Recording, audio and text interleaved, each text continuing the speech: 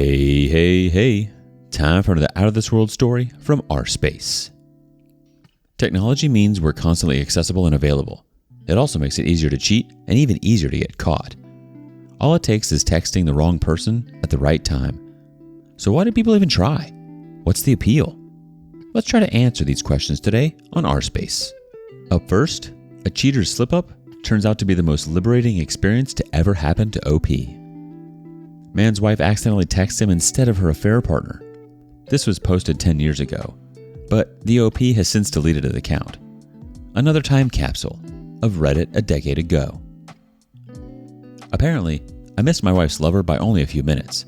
I found out when she texted me accidentally instead of him. Reddit, when did you know for sure it was over? I went on a business trip this weekend and got home at 6:25 a.m. I didn't want to wake her or the kids, so I sat quietly in the living room watching TV. A few minutes later, I get a text from her. Thanks for staying over, babe. I love sleeping next to you. Obviously, I wasn't here last night. I'm still on the couch and haven't responded. I think she went back to sleep and has no idea she accidentally texted me. Monday, July 30th, 2012. I had to go to work before confronting her. I think it was better anyway, since it gave me time to think about what to say instead of rushing to anger. I asked my assistant to go to the 7-Eleven next door and see if they have Shinerbach. If they don't, I'll ask him to go as far as Publix. For science. Edit, we didn't find any. She finally texted me at work and said that her girlfriend stayed over. I didn't respond. 3 p.m. Eastern. Update. Tuesday, July 31st, 2012. I left work last night and went to dinner with one of my work partners. I didn't say a word to my wife when I came to bed. In the morning, I mentioned the text after I woke up. I told her I was surprised she would use that language with a girlfriend. She broke down and admitted that she had a platonic girlfriend and a not-so-platonic ex-boyfriend over while I was away. She admitted it wasn't the first time. I calmly told her I would have to think about how I feel about the situation and let her know whether we should separate. Thanks, Reddit. You prepared me for the worst way in advance. It's nice to get the hive mind's opinion sometimes before jumping into a rash and complicated situation, or acting brash and angry as a reaction. I really appreciate everyone's comments and help figuring out the next steps. Here are some relevant comments. I thought it could be innocent, but I've only heard her call one other person babe, me. I also considered that she wants me to know and her subconscious sabotaged her. There are a lot of suggestions on the original post as to what he should do. Update post, August 3rd, 2012. Title, well guys, I'm a big dumb idiot. She knew I was home and just wanted me to come up. When have any of you misread a text message and almost ruined everything? Or at least, I really wish that's how it happened. It didn't. Turns out I was right when I posted this thread. I missed her longtime lover by just under 15 minutes.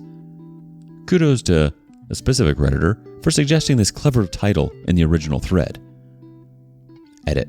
Guys, before I moved out, I saw 2 lawyers and talked to an old frat buddy lawyer in my state who also happens to work at the state attorney's office. They all said that moving out won't hurt my case, but pulling all of my finances away from the family would. That's abandonment. Leaving an unsafe situation for the good of you or your children isn't abandonment. F me, right? I'm very sorry to abandon Reddit without an update to this thread since Tuesday. A hazy fog of disbelief has clouded my world. Everything happy has disappeared. The quiet nuclear family life, 2 kids, a dog, a 4-bedroom home in the suburbs. Since Tuesday morning, I have learned that this happened before. She took him to an expensive hotel on the beach near our home to eat at the award-winning restaurant. I introduced her to this place on her anniversary last year. She revealed to me that she is interested in a swinger lifestyle, and she's already been to swinger clubs with him and the girlfriend. She wants to keep our marriage together, but wants to keep the lover as well. The funny thing is, I'm not a jealous person. Neither am I controlling or demanding, or think that I can force someone to love only me. If she hadn't gone secret agent on me and tried to hide it, I would have considered it. I've moved out from the home and into my office until I can find a condo or apartment close to our primary home and my daughter's school. I've given my lead engineer all of our bank info so he can run the company in case I get held up with any problems. I wonder how many Redditors were hoping it was just a mistake. Alas, life sometimes has a way of being as entirely predictable as you imagined it would. Another relevant comment. More information about what went down. I wasn't going to move out originally. A lot happened since Tuesday night. During one of our discussions about this lover, things turned argumentative, then violent. She has a history of violence. Names were called, fists were thrown, and eventually objects were broken. She called the police and claimed she wanted me out. The police sided with me and said there was no evidence I abused her, so they can't ask me to leave my own home. My daughter watched, not able to go to bed while the police questioned Daddy. I left for a friend's house and got severely drunk on whiskey. The next morning, I returned home and demanded she leave. She left for about 20 hours while I took care of the kids. She came back at night and locked herself in the bedroom and texted me that the kids needed her and she can't abandon them. I told her there is no way to live with the violence and one of us had to leave. Sadly, I had to be that person. I have been going to the house every morning to wake up with them and at night to put them to bed. The kids, that is. I will rent a new place that can hold all of us and move there in the next few weeks. Then, she can move wherever she can afford on her own. People in the comments criticize him for leaving, but most agree he did the right thing. Thank you. It's not like it was an easy decision to make, and I pray it doesn't bite me in the butt later. But you know what would be worse? Staying. Getting in another fight. Having the police come again, and having not so understanding police officers again. You know what would be worse than losing my house in the divorce? Going to jail because the police believed her story. Screwing up my life, my company, my future and the future of my kids and their family income, the money they need to eat, etc. Staying would be so much worse. The rest of it, I can deal with. I'm not an absentee father and she'd have to make up evidence in court if she wanted to somehow prove that I was, whether or not I am sleeping in the marital home. Final update post, August 15th, 2012. This is an update to the story where I caught my wife cheating in a text message, and when I confronted her, she admitted to having multiple affairs and a secret swinger lifestyle. Thank you to those following my cuckold nonfiction story. Sadly, this is true. For men's rights, I feel like I should keep a log to help other men when they find themselves in the same situation. 1,000 other people are facing the same situation I am, today and right now. I could spend another night in the bed she had other people in. I'm not a prude, but the lying, cheating, and stealing killed our marriage faster than a cancer eating away at your insides, and it hurt just as bad. I left my career as a successful engineer. I put the company in the hands of my highest executive and told him I might not be back. I still offered to fly in to close any big sales. The season of my life is over, and it's time for some shake-it-up life-altering changes. I have $100,000 in open personal credit, $50,000 in open company credit, a paid-off car, it's a Lexus ISF, thanks for asking, enough savings and residual income to not work for 6 months, 2 kids who depend on me in every way, financially and stability-wise. I've already done the typical bachelor stuff you forget about when you're married, upgraded to an iPhone, purchased new wheels and speakers for my sports mid-level luxury sports car, upgraded my battle station, and took a vacation to Disneyland. OMG, really? I'm getting so much hate for this. Yes, I talk like a teenager on Reddit. Is that a crime? I want a new life. Reddit, what would you do? What did you do? Travel?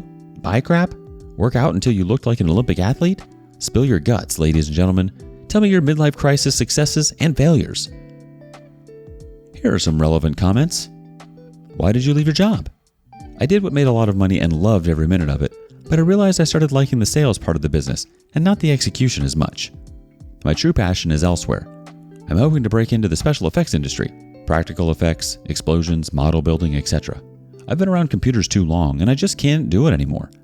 What I would give to have worked on a Nolan Batman flick, rigging lights for a sound effects shot? Well, I also have residuals from my company still coming in every 2 weeks. Not exactly as high as my take-home pay, but still enough to be okay. More about custody. We're splitting the kids, realistically. For the moment they live in the primary home, but many nights of the week they are here, and I put them to bed and wake up with them. Eventually, I will move back to the primary home or move the kids here permanently, and let the ex take them several days out of the week. It was just a compromise, since I'm the one materially supporting the household, their food, clothes, gas, etc. What does this have to do with men's rights?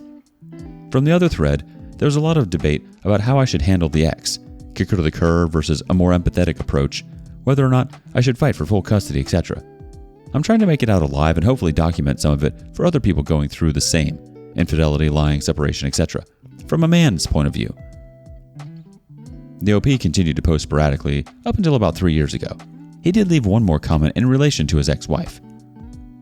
I was married to a woman who couldn't wait to die so she could get to heaven because her dad was there.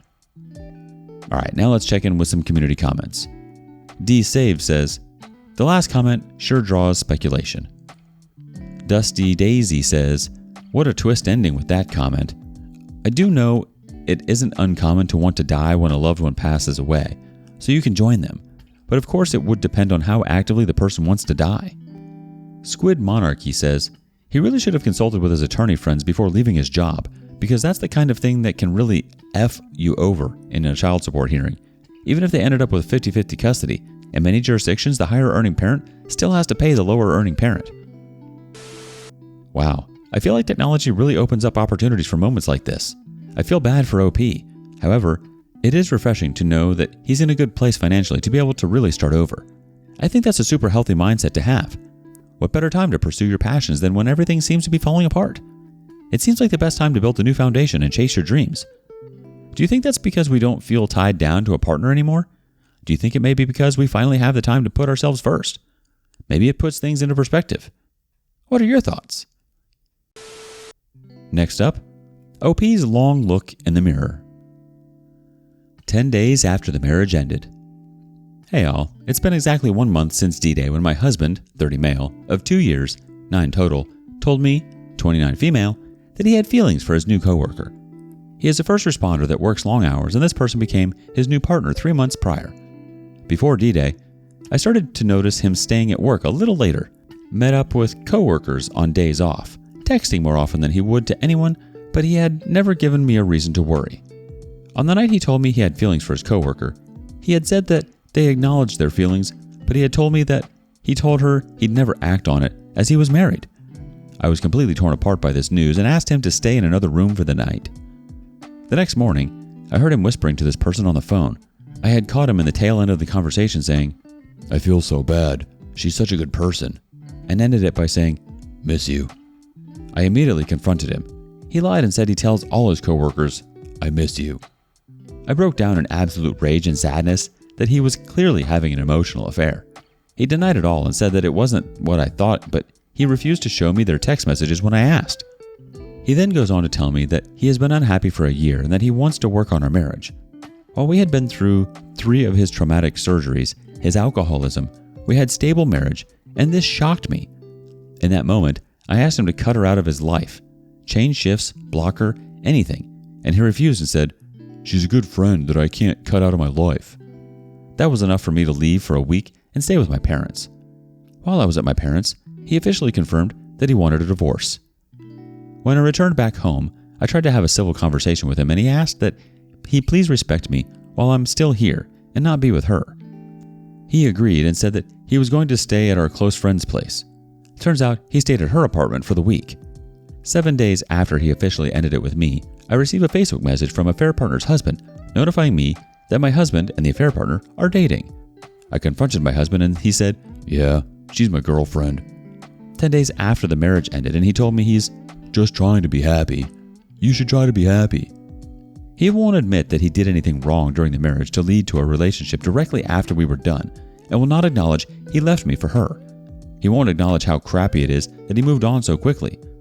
I've been gaslit by him, so any insight from those who've experienced similar would be greatly appreciated. Update. Wayward husbands bid for a final pick-me dance. I probably post here more than I should, but I thought you'd all get a chuckle out of this. I was packing my house this past week for the final move out, and I had notified my wayward husband that this would be happening as a courtesy. He opted to avoid me and my parents by sleeping over at a fair partner's apartment for the week, which I was okay with, seeing as little of him as possible. One day, he texted me asking when I'll be at the house, and I responded that I'd be there all day in order to accomplish everything. He then asks if it's okay that his affair partner, new girlfriend, drops him off and waits for him to pick up a few things if I will remain in the house. I had to laugh because he somehow formed this completely avoidable situation in hopes that I'd create further drama for them to feed off of. I told him I didn't care what he did. When he came by, I was blasting music and stayed on task in a far-off bedroom. You should have seen his disappointment when I didn't approach him or make a scene. He comes up and goes, "Are you going to talk to me?" And I gave him a cold shrug. He tried to make small talk and I shrugged it off. I had to laugh at the disappointed look he had as he left. Poor cheater couldn't have his cake that day. Update. APs are just dirty mattresses. Possibly my most unhinged post yet, but I'm riding this wave as it comes. My wayward husband is in the process of refinancing our house into his name in order to pay me out. He and I have had mostly no contact since we separated, and I moved out of state, but I did let him trigger me this week with his instigating texts. I felt really bad about responding to it, but tried to snap out of it. Yesterday, he forwards me the appraisal, and since this is my first experience with a refinance, I didn't realize there would be photos of the home from the appraisal, which was after I had moved out.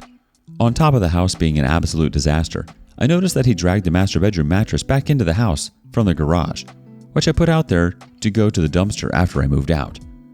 Prior to his affair and our separation, my wayward husband and I discussed getting a new mattress as it was almost 10 plus years old and a freebie from my grandma's house. He hated this mattress, preferred the guest bedroom mattress, and so I didn't think twice about throwing it out when I moved out. So seeing this mattress in the photos, laying on the empty bedroom on the floor with the crumpled blankets, I knew it was for him and affair partner. This 30-year-old man dragged our decade-old used mattress back from the dirty garbage for her to lay on. So here's your sign that our waywards aren't treating the affair partners better. They aren't going to treat them better. In fact, affair partners that are fully aware of the hurt they're causing us are the dirty mattresses they dragged out of the garbage to lay on. Thought I'd try this out on the subreddit before I told this one to my therapist tomorrow. Lastly, please learn from my mistake and don't check the appraisal photos. Update. He won't sign the divorce papers. A week after D-Day, my wayward husband went for the final discard by choosing to end our marriage to begin his relationship with a fair partner. During those thoroughly confusing and traumatizing days after he chose to end the marriage, he stressed having an amicable, uncontested divorce without lawyers. In addition, he felt that I was not owed anything from the one shared asset, which is the house that we paid for together. Of course, I got a lawyer, but compromised as an uncontested divorce. I was even nice enough to pay for the dang divorce. He's since refinanced the house to pay me out fairly. Now that it's done, we have no other assets to split. I have moved out of state. We've been living apart for 3 months now with no contact. Yet, he's refusing to sign the waiver for the divorce papers. I refuse to break the no contact despite his efforts to contact about irrelevant things. I feel that he's forcing me into having to shell out for a contested divorce when there's nothing left to split. I'm not really sure what game he is trying to play, and I'm kind of terrified he's got something up his sleeve because my assets are liquid. I can't understand after he discarded me and said vile things to me why he'd wanted to delay the process. He couldn't wait to flaunt a fair partner on Facebook days after he told me to F off and pack your crap and get out, while a fair partner is gleefully planning out their trashy wedding on Pinterest. I feel like I'm going insane. Update. Divorced a cheater today. Update. Today is the day. 1 year ago, I found my wayward husband was having an affair with his coworker. Today, after the most painful year of my life, I have officially divorced my cheating husband. I'm not going to say that this process went perfectly, and I'm not going to say I always said or did all the right things, but I can't help but be extremely proud of myself given the circumstances. After D-Day, I moved out of state, unplanned, got my first apartment alone, started therapy, went completely no contact with wayward husband affair partner forever, got promoted, getting back in the gym 5 times a week, and indulging in old hobbies. The hardest part of this process for me was realizing that this man, with all that he put me through, turned me into a husk of a human that I gave and gave and gave until I was nothing and discarded. That is where the work therapy needed to start. Somewhere within this year, I started waking up and feeling like ending it all, and start taking control of the outcome of an otherwise uncontrollable situation. I couldn't control the betrayal trauma, but I could control how I let it affect me. I could work on where I went wrong in the marriage. I could build myself back up again. This year has been that long look in the mirror that I needed but will never thank wayward husband for. So my advice in healing is to keep working on yourself until you thank them for leaving. But don't do that. They don't deserve your gratitude. My sincerest thank you to the people in this sub who have given me advice and encouragement. You are my only voice of reason in this for a long time, and it truly saved my life. Thank you. Aw, OP, I'm so sorry. They both cheated on their partners with each other. I don't understand the appeal of a new coworker. Is it this idea of fresh meat? Is it because oftentimes we spend more time at work than home and thus we spend more time with our coworkers? I feel like the people we are at work aren't actually all that genuine. Additionally, you should be proud of yourself to coming to the conclusion that you can control how you let the situation like this affect you. And yeah, maybe you don't necessarily need to thank them, OP, but thank yourself for putting yourself first and having the self-respect you need to take care of yourself and get through something like this. Wishing you all the best, OP. Thank you for sharing your story. What do you think? And thank you for joining us today on rSpace. Like and subscribe and hit that notification bell so you don't miss out on our next video. We'd hate for you to miss out. If you want to listen to more stories from me, check out our lounge, where I feature a larger variety of non-cheating related stories. See you there.